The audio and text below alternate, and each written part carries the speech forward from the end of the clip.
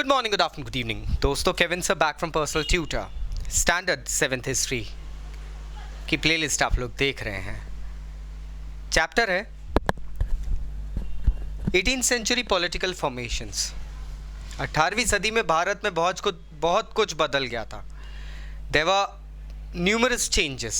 The topic here is one about them, emergence of new states. हमें एक बात पता है, as the Mughal empire collapsed, the power of the emperor declined, ताकत खत्म होने लगी थी। वैसे जो मनसबदार होते थे, जिन्हें हम गवर्नर्स कहते थे और जिन्हें एक दूसरा वर्ड भी दिया गया था, they were initially known as सूबेदार, एंड जो लोकल जमींदार थे, इन लोगों की पावर थोड़ी सी अपने एरिया में बढ़ने लगी। एक लोकल एरिया में एक पर्सन जब रहता है तो वो अपनी एक कम्युनिटी बना लेता है। Same thing happened.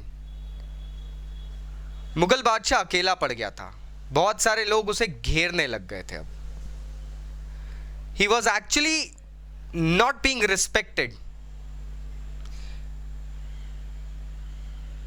जो सूबेदार थे, जमींदार थे, अब वो खुद की इंडिपेंडेंसी घोषित करने लग गए थे। पूरी 18th सेंचुरी में हमने मुगल एम्पायर का फ्रैगमेंटेशन देखा है, टुकड़ों में बट रहा था। इसको अगर हम मोटे तौर पे देखें तो हम इसको बाइफरकेट कर सकते हैं 3 कैटेगरी में। जो नए स्टेट्स फॉर्म हो रहे थे, they were broadly divided into 3 categories. The first category was those newly emerged states which initially were old Mughal provinces. वो राज्य, वो किंगडम्स जो पहले मुगल प्रोविंसेस थे, जागीरें थी मुगलों की दी हुई, जैसे कि अवध, बंगाल, हैदराबाद, यहां पे नवाब आके बसे। लेकिन दोस्तों, ये नवाब लोकल लाइक पावरफुल लोग थे। ये लोग पावरफुल बने, नवाब बने वहां पे, बट अपनी वफादारी का नमूना देते हुए इन लोगों ने मुगल टाइज को सेवर नहीं करा, नहीं तोड़े वो टाइज।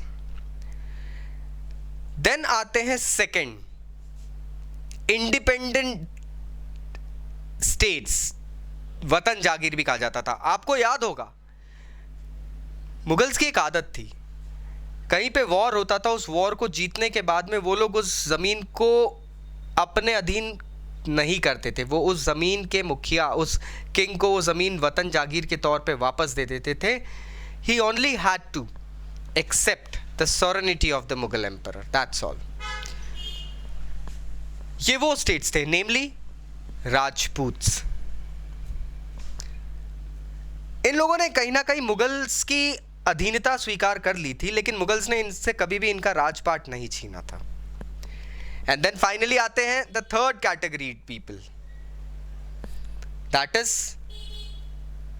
इनको थर्ड कैटेगरी में इसलिए रखा गया है बिकॉज दे वर डिफरेंट। ये लोग आर्म्ड स्ट्रगल के बाद, काफी जद्दोजहद, मेहनत और बलिदानों के बाद में अपने किंगडम्स बना पाए थे। They were namely the Marathas, the Sikhs and the Jats. So आपको अब समझ में आता है अलग अलग स्टेट्स कैसे फॉर्म हुए थे। फिर भी अगर कोई डाउट्स है, नीचे कमेंट बॉक्स से कमेंट करना मत भूलना। I will be going ahead and replying back. Take care, bye bye.